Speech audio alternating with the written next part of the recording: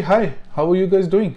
So there has been a request on my YouTube channel and my WhatsApp group to create a video for how to submit a request for US police verification. It's kind of mixed. It's partly online, partly offline.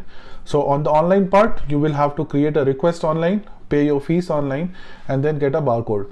Once you have that barcode, next step you will have to do is go to a certified fingerprinter printing service like a Ircc fingerprinting service in Canada and get your fingerprinting done.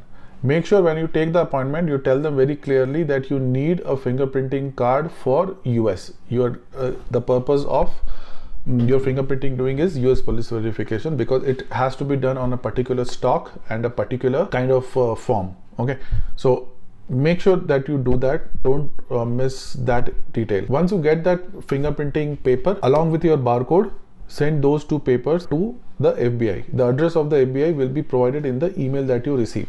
So very simple 2 steps. Now what you need to do? The first step is online.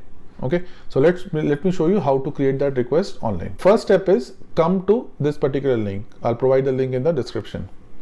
Then go down on this link and submit your request online. Click this link here. It will take you to a web page. Here just enter your email ID. Okay, I'm just entering something. Just enter your email ID. Once you enter your email ID, you will get a response back with a PIN number. Okay, I'll just show you. So you will get a response from an email called Criminal Justice System. Just click on this. You will get a email with a PIN number. Okay, click on this request here, use this PIN to log in, and then what will happen is you will have to provide your details that for whom you are requesting this particular police verification, identification, your address history. It's not a very big form. You just fill up those form online. After you fill up that form online, what you will have to do is you will have to pay the fees then and there. So based on what kind of service you are requesting, you will have to pay the fees. This has to be done for, if you are applying as a couple, this has to be done for each of the couples. Keep this mail secure. Don't delete or spam this email. Okay, you will need this email.